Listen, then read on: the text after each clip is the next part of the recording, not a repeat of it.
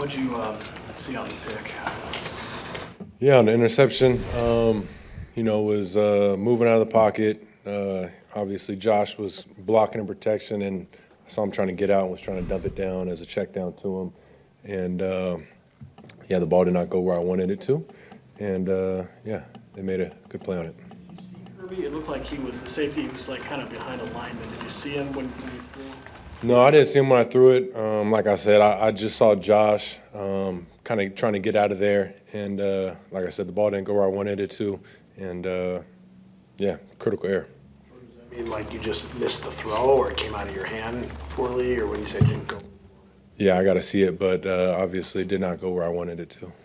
Where do you think the conditions between the drops and the fumbled snaps gave you guys so much trouble today? Yeah, there's a lot of things we got to clean up, like you said. I mean, the fumble snaps, it comes down to the ball being wet, rainy, and we got to do a better job with the exchange between me and Elton. And, it happened one too many times for sure. And then, the drops, comes down to just making plays when the conditions aren't the way, perfect. So, obviously it was wet and too many drops. But I don't think they had any problems catching it or throwing it or some of those things. And they're an indoor team. I don't think they'll play an outdoor game all year. How do you guys get playing to the level that this team should be playing at in the elements here? Yeah, it just comes down to making plays. Did the groin limit you at all, or did you feel like you could move and throw and everything how you wanted to? No, I felt fine. Did it bother you at any point during the course of the game, though? No, I was fine. How do you feel now? Feel good. How important will this week be for you to get healthy? I'm not sure if the knee's a problem anymore, but between the knee and the groin to get back to being you. Yeah, obviously I think the bye week will be huge for, a lot of guys on our team to be able to, take a week, recover, and, try and get as healthy as possible coming back for after the bye. Jordan, the disappointment against the division leader on your home field that's 0-2 against Minnesota and Detroit, that significance going into the bye week, how does that feel? Yeah, it's definitely very disappointing. Those are two games that, we did not play our best at all. So, too many mistakes. And like I said, just didn't play our best when in these games that we need to be able to go out there and execute at a high level and play our best ball. So it's definitely very disappointing. But two teams that we'll see again this season. Jordan, everyone sees the interceptions in the box score. Last year you were able to do such a great job at the end of the year taking care of the football, and then this year obviously there's been those interceptions. How do you evaluate your decision making so far? Has it been different, or do you feel like it's the same as it was at the end of last year? No, it's it's definitely disappointing. Putting the ball in jeopardy way too many times, and definitely something I have to clean up. And I've talked about it week after week, so something where I just got to learn from these mistakes and clean it up. But definitely something that I'm gonna make a big focus on going forward, of just finding ways to take care of the ball better. How do you get back to that? Because for 2 months last year, you were so good at just not throwing picks. What's been the difference, and how do you get back to where you were? Yeah, it just comes down to staying true with my reads, and if plays do go off schedule, just that fine line of being smart with the ball and not putting it in harm's way, and trying to balance trying to make a play versus just throwing it away and living to fight another day. So I think it just comes down to staying true with my reads, like I said, making great decisions, and just doing a better job of just being stingy with the ball. Is that difficult to do when you got a big arm, you can make big plays? We've seen it all season, right? When you want to make the big play, is it difficult to keep in mind, okay, just live, it's not there, live for the next play when you can make a big play? No, it just comes down to, playing the position at a high level, sticking to my training, sticking to the reads, like I said, and just being great with those fundamentals. And obviously the big plays will happen, not trying to force things. But like I said, just getting back to staying true with my reads and being real disciplined and making great decisions with the ball.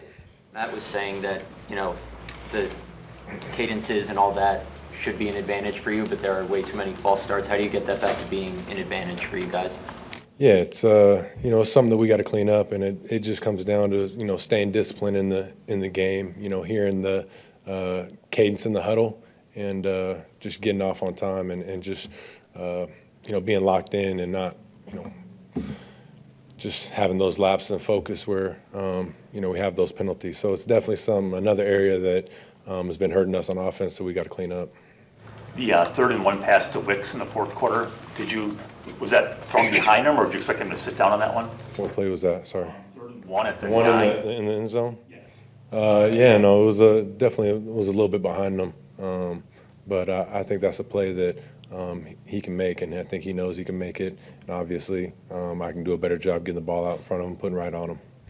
During the attitude into the bye week, both personally and for the team at 6-3, knowing when you come back you have the full run in?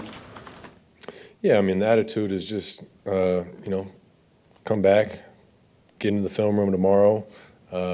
Same mindset as every week is, look at the tape, figure out what we did good, figure out what we did bad. Find out the stuff we got to clean up, and just keep attacking every week once we get back from the bye week. But, like I said, obviously a disappointing game, been a couple of disappointing losses, but we are still a really good football team.